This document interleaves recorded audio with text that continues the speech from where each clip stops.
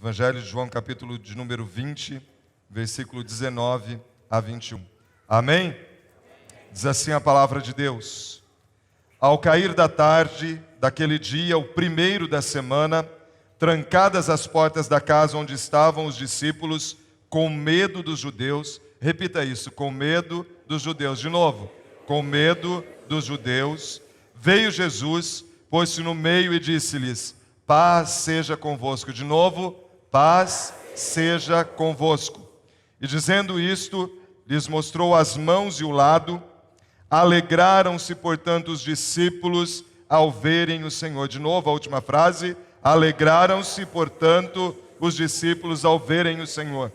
Disse-lhes, pois, Jesus outra vez: paz seja convosco. Assim como o Pai me enviou, eu também vos envio. De novo, todos juntos, a última frase. Assim como o Pai me enviou, eu também vos envio.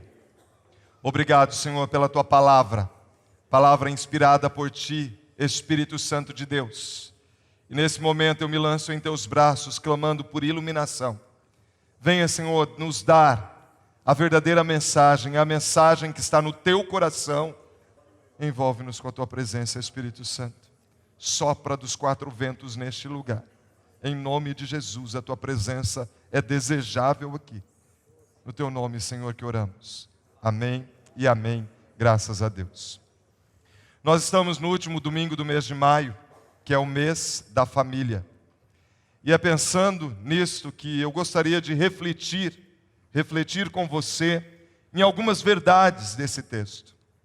Alguns sinais que devem se manifestar numa família, numa casa que tem a presença de Jesus.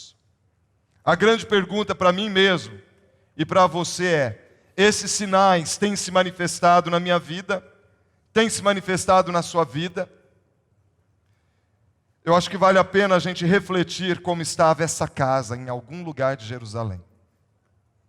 Jesus havia morrido, ele foi sepultado, os seus discípulos haviam caminhado com ele, mas agora o grande mestre, a expectativa da vinda do Messias, Jesus se aproxima e se apresenta como Messias, mas ele está morto. Uma esperança depositada naquele que é o mestre, o Rei dos Reis, o Senhor dos Senhores, mas de repente, essa esperança é frustrada. O ambiente de tristeza. Quando morre uma pessoa amada, nós sofremos. Ali havia também um ambiente de frustração, porque os discípulos tinham uma grande expectativa em Jesus, como o Rei dos Reis, o Messias, o Salvador, o Libertador. Eu imagino que a insegurança tomou conta do coração daqueles homens, os discípulos de Jesus, porque eles trancaram as portas. Eles temiam retaliações. Os soldados romanos já haviam crucificado a Jesus. E eles temiam que o mesmo acontecesse com eles. Eu imagino que muitas das pessoas que estão aqui hoje também estão assim, se sentindo inseguras. Dentro do lar já não existe mais a paz. A alegria bateu em retirada.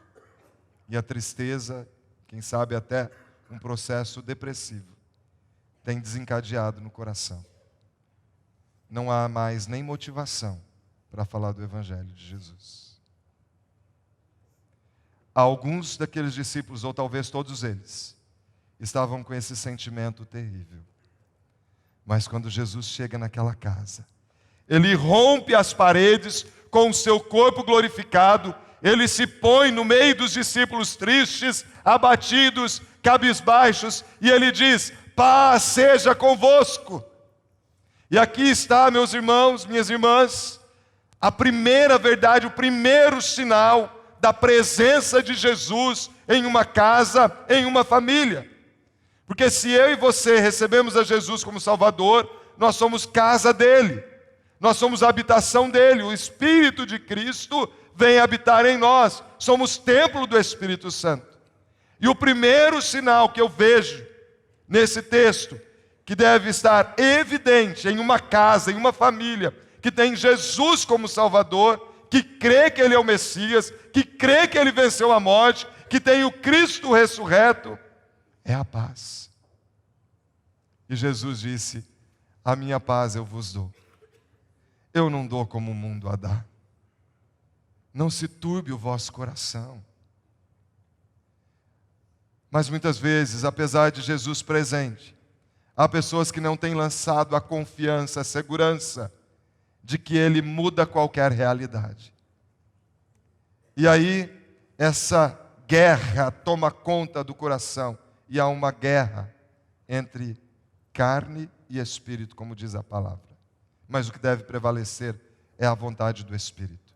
Jesus disse: eu vos dou a paz, não se turbe o vosso coração, não deixe que as preocupações, as lutas, os embates da vida tirem a paz do seu coração. Eu tenho paz para você. E a paz que Jesus dá, ela supera a qualquer entendimento. Não é uma paz condicionada, se tudo vai bem. A paz que Jesus dá é o descansar nele. A paz que Jesus dá é a obediência aos princípios dele. Eu e você somos chamados para sermos pacificadores.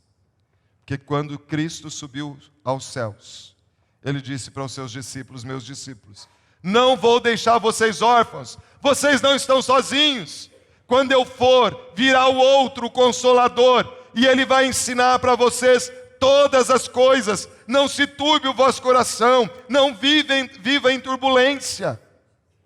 A turbulência, ela pode trazer medo. O reverendo Osni falou que teve que voltar para São Paulo e que deu uma tremidinha, turbulência. Ela pode causar insegurança. Alguns entram em desespero quando acontece isso. Mas quem tem Jesus, descansa nos braços daquele que muda qualquer realidade. Qualquer realidade. Jesus, Ele tem paz. E no que depender de vós, diz a palavra, tem de paz com todos os homens. Por isso eu e você somos chamados para sermos pacificadores, porque o Espírito Santo de Deus, Ele é pacificador. Isaías 26, 3 diz isso, que o Espírito Santo, Ele é pacificador. E se Ele habita em mim e em você, na casa que Jesus está, na vida que Jesus está, essa vida deve ser uma pessoa que é pacificadora.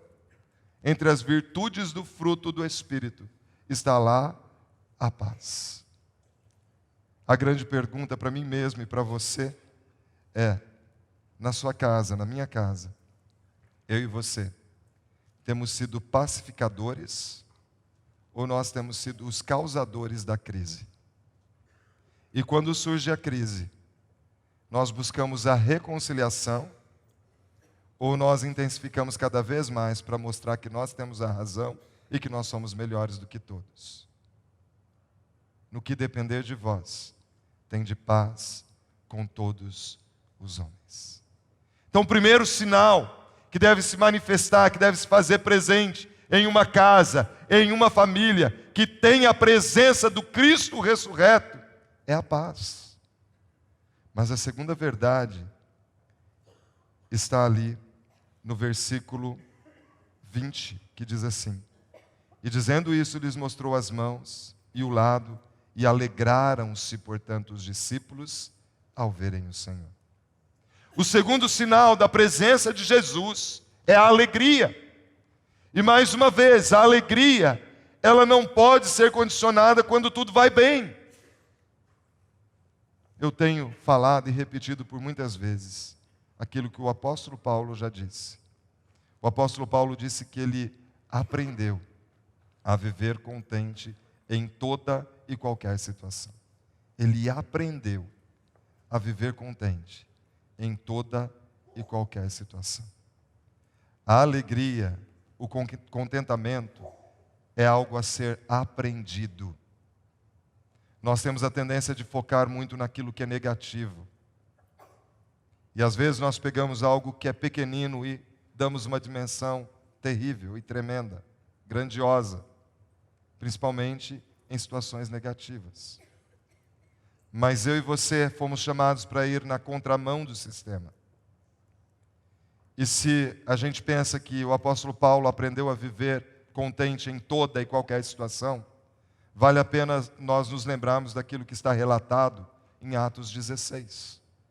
Quando Paulo e Silas, eles expulsam o demônio de uma jovem que estava possessa de um espírito de adivinhação. Preste atenção.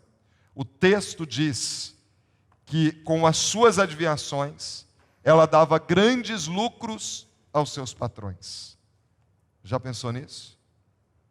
Há pessoas que por conta de um resultado, têm aquilo como de Deus e como verdade. E aquela mulher, o demônio que estava nela, tentava fazer isso mesmo.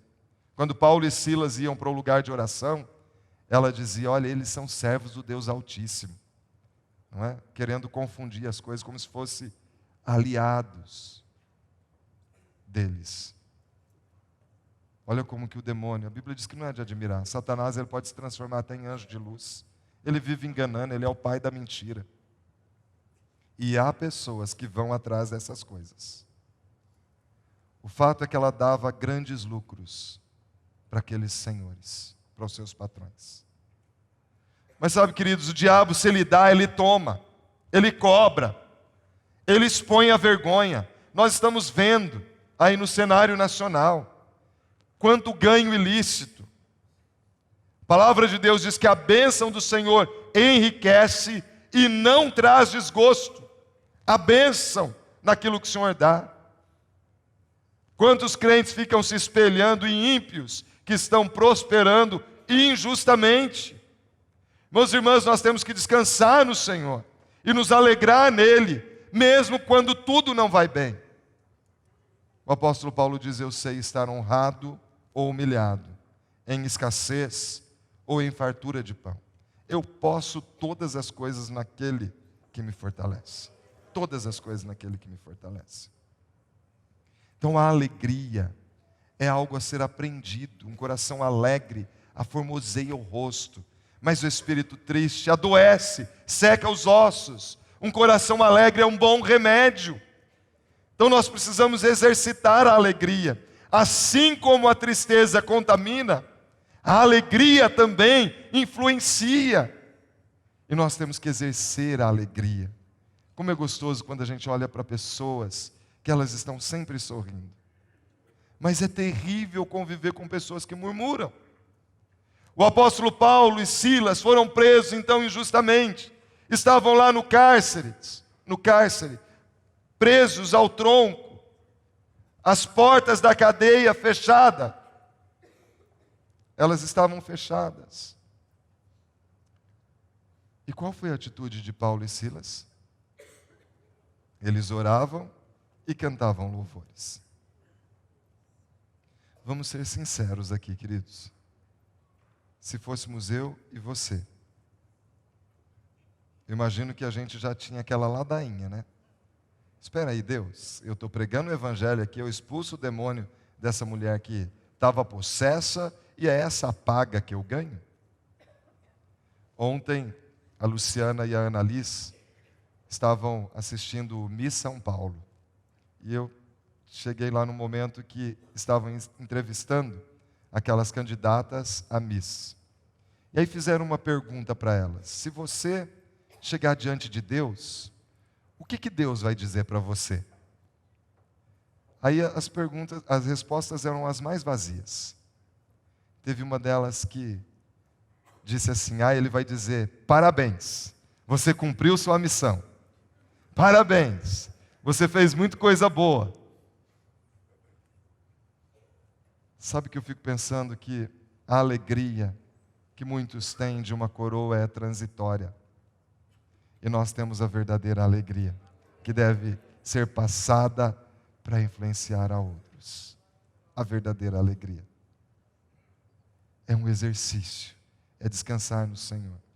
É crer que Ele tem sempre o melhor para os seus filhos, porque a vontade dEle é boa, é perfeita e é agradável. E querido, se tem algo que é bom, é você chegar numa casa que há alegria, onde há louvor, esse ambiente influencia de forma positiva. Dizem que nas casas onde as pessoas vivem bem, vivem em harmonia, são pessoas que desenvolvem a vida de oração, ouvem muita música, até as plantas são mais bonitas. Falam isso. Não sei se procede, mas a gente ouve isso, né? Quem nunca ouviu, ela canta para a samambaia que ela vai ficar mais bonita, né? Eu ouvi um pastor dizer que, certa vez, ele chegou em uma casa, e era uma casa de um pé direito alto, era um sobrado, e tinha, assim, muita samambaia. Diz que a coisa mais linda do mundo, aquelas samambaias. E aí ele chegou e falou assim: irmã, vocês devem ter um relacionamento muito bom aqui, né? Olha que coisa linda. Vocês desenvolvem muito louvor aqui, porque dizem que se cantar para a planta ela fica bonita, né? Vocês aqui devem ter um relacionamento tremendo. Aí diz que aquela irmã falou assim: pastor, é de plástico. Na verdade, queridos, muitas vezes a gente vive assim, de fachada. Nós precisamos viver o Evangelho Jesus de forma real, descansar nele, ter nele a motivação da nossa alegria. Quando Jesus chega em uma casa, há a paz que supera todo entendimento, há uma alegria que é incondicional, mas há aqui ainda uma terceira verdade.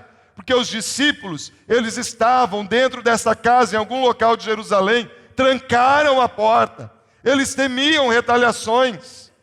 Se mataram a Jesus, eles temiam que morressem também. Eles se sentiam inseguros. E a insegurança tem tomado conta do coração de muitas vidas e em muitas famílias. Com a economia e essa situação política que o país tem vivido, muitas pessoas estão temerosas de como será o futuro. Algumas pessoas estão preocupadas com a educação dos filhos, porque os dias de fato são maus. Nós vimos essa semana aí pelas manchetes de jornal, aquela menina de 16 anos, que foi violentada, estuprada, possivelmente por mais de 30 homens. O que nós ouvimos é que ela teria ido para um baile e encontrado lá um ex-namorado de um relacionamento de 3 anos, preste atenção, ela tem 16, de 3 anos, e ela foi levada para uma casa. Quando ela acordou, já estava naquele estado deplorável. Num mundo com um risco tão grande como esse, nós nos preocupamos. Como é a família dessa moça? Eu não conheço, eu não sei. Como são as famílias daqueles mais de 30 homens que cometeram aquela atrocidade? Pessoas em que falta a presença de Jesus. E diante de um mundo como esse, a tendência é nós nos sentirmos inseguros. Como será o amanhã? Quantos pais, quantos avós preocupados com filhos e com netos? Situação econômica instável. O que será do amanhã? Na casa que Jesus está, não há temor, não há insegurança. Quando Jesus chega, Ele traz provisão. Quem obedece os princípios de Jesus, tem a provisão. Há pouco, o reverendo Osni, fazendo o momento dos dízimos, adorando ao Senhor com os dízimos, quando nós estávamos fazendo esse momento, ele disse: nós estamos passando pela crise com alguma tranquilidade, porque o Senhor é o nosso provedor. Eu acho que você não ouviu direito. Eu disse que nós estamos passando pela crise com tranquilidade, porque o Senhor é o nosso provedor. Amém. O salmista Davi disse: olha, eu fui moço, e agora eu sou velho. Eu nunca vi um justo desamparado, e nem a sua descendência mendigar o pão. Ele sempre tem para emprestar, para compartilhar. Meus irmãos, vamos ser sinceros, Deus tem nos dado, não tem? nós temos podido compartilhar. O quilo do amor para mim é um milagre de Deus que só cresce e vai continuar crescendo mais, e nós vamos poder ajudar muito mais pessoas, não é? Nós estamos crescendo na crise, creia nisso. A empresa não é tua, é do Senhor. O trabalho é do Senhor, é Ele que te colocou lá, é Ele que te deu, Ele é o responsável pelo sucesso, Ele é o nosso provedor. Eu e você precisamos ter a convicção de que Ele cuida dos seus. Sabe, a Bíblia fala que o povo de Israel não entrou, muitos deles não entraram na Canaã, porque murmuraram, porque reclamaram. Deus dava o maná todos os dias, aí eles querem carne e Deus dá carne. Mas só que agora eles não creem que o Deus que está dando carne hoje vai dar carne amanhã. Então eles pegam mais do que o suficiente para se alimentar. Eles guardam, estocam. E aí diz a palavra que Deus mandou uma sentença que estava entre os dentes ainda a carne. Muitos deles morreram. Por quê? Egoísmo, não compartilha, só para si. Eu sei, eu não aconselho ninguém a gastar mais do que ganha, viu, gente? Mas eu tenho visto dois extremos. Que a gente que gasta mais do que ganha, não é fiel nos dízimos, nas ofertas, vive com as suas contas irregulares, porque não se acerta com Deus. E eu vou dizer para você, enquanto você não se acertar, a sua vida vai ser assim, porque não tem prioridade. Prioridade é o reino de Deus. Casa que Jesus chega, converte a mente, o coração e o bolso, não é? Quando Jesus chega, a provisão, a segurança. A segurança. O povo de Israel, eles não creram. E aí tem gente que se torna sovina, retém mais do que deve, não desfruta nem o que o Senhor tem dado, porque não crê que Ele é provedor. São os dois extremos, quem gasta demais e quem acaba sendo muito mão de vaca. Dinheiro é uma bênção que Deus tem dado para nós administrarmos, para nos servir, e não nós servirmos ao Senhor. Eu e você não precisamos nos preocupar, queridos. A palavra de Deus diz que Ele é o nosso provedor. Ele fala, olha, tenha segurança em mim. Em outras palavras é isso. Olha, se o Senhor não guardar a casa, em vão vigia os que cuidam dela, a sentinela. Vai ser inútil levantar de madrugada, repousar mais tarde, comer o pão que penosamente granjeastes. Aos seus amados Ele dá, enquanto dormem. O Senhor é o nosso provedor. Se Jesus está na minha casa, na sua casa, nós podemos descansar e ter segurança. Quarto e último sinal da presença de Jesus em uma casa. Convicção do envio. Convicção do envio. Onde Jesus chega, nós somos impulsionados a falar do Evangelho. É a família toda, como carcereiro. Querendo o Senhor Jesus, será salvo tu e a tua casa. A gente crê em salvação e toda a família é impulsionada. Jesus tem estado na sua casa? Porque se Ele está, eu e você já temos as nossas vidas. Nós já estamos ganhando as nossas vidas. Nós temos um desafio de 1000 vidas para Jesus. 1000 vidas. Eu imagino que você já esteja levando na célula que você participa. Imagino que você já esteja trazendo nas etapas de libertação, na integração, porque para alguém acender a luz, ele tem que ter passado pela libertação e pela integração. É um processo. A casa que Jesus chega, os discípulos dele, eles se sentem enviados a proclamar o Evangelho, porque foi assim que os discípulos de Jesus agiram de tal forma que o Evangelho chegou até nós, nos nossos dias, a mim e a você, porque eles fizeram muito bem. Só que agora a tocha está nas nossas mãos. Eu não sei se você já ouviu falar de uma senhora chamada Irena Sandler. Segunda-feira o pastor César falou sobre ela aqui para nós, os líderes, e eu conversei com ele e estou usando a mesma ilustração dele, porque eu achei muito impactante.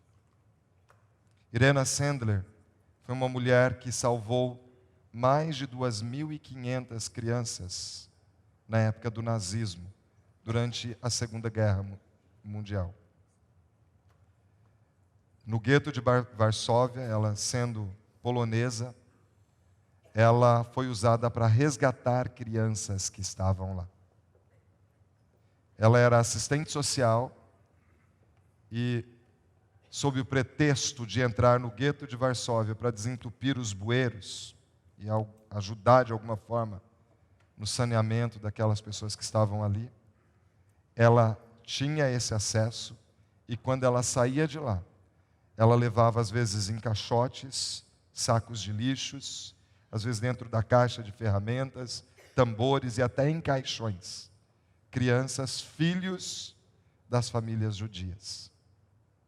Nós sabemos de como os judeus foram mortos, mais de 6 milhões de judeus foram mortos naquela época. E Irena Sendler, ela entrava e saía. E ela diz que a lembrança mais dolorida e ao mesmo tempo gratificante, que parecia um contrassenso, que ela tinha, era no momento das crianças deixarem as suas famílias. Nós sabemos que muitas famílias judias foram mortas. E primeiro eram mortas as crianças, porque elas não podiam produzir, trabalhar. Então primeiro matavam as crianças. E ela tirava essas crianças dos pais, claro, com o consentimento deles.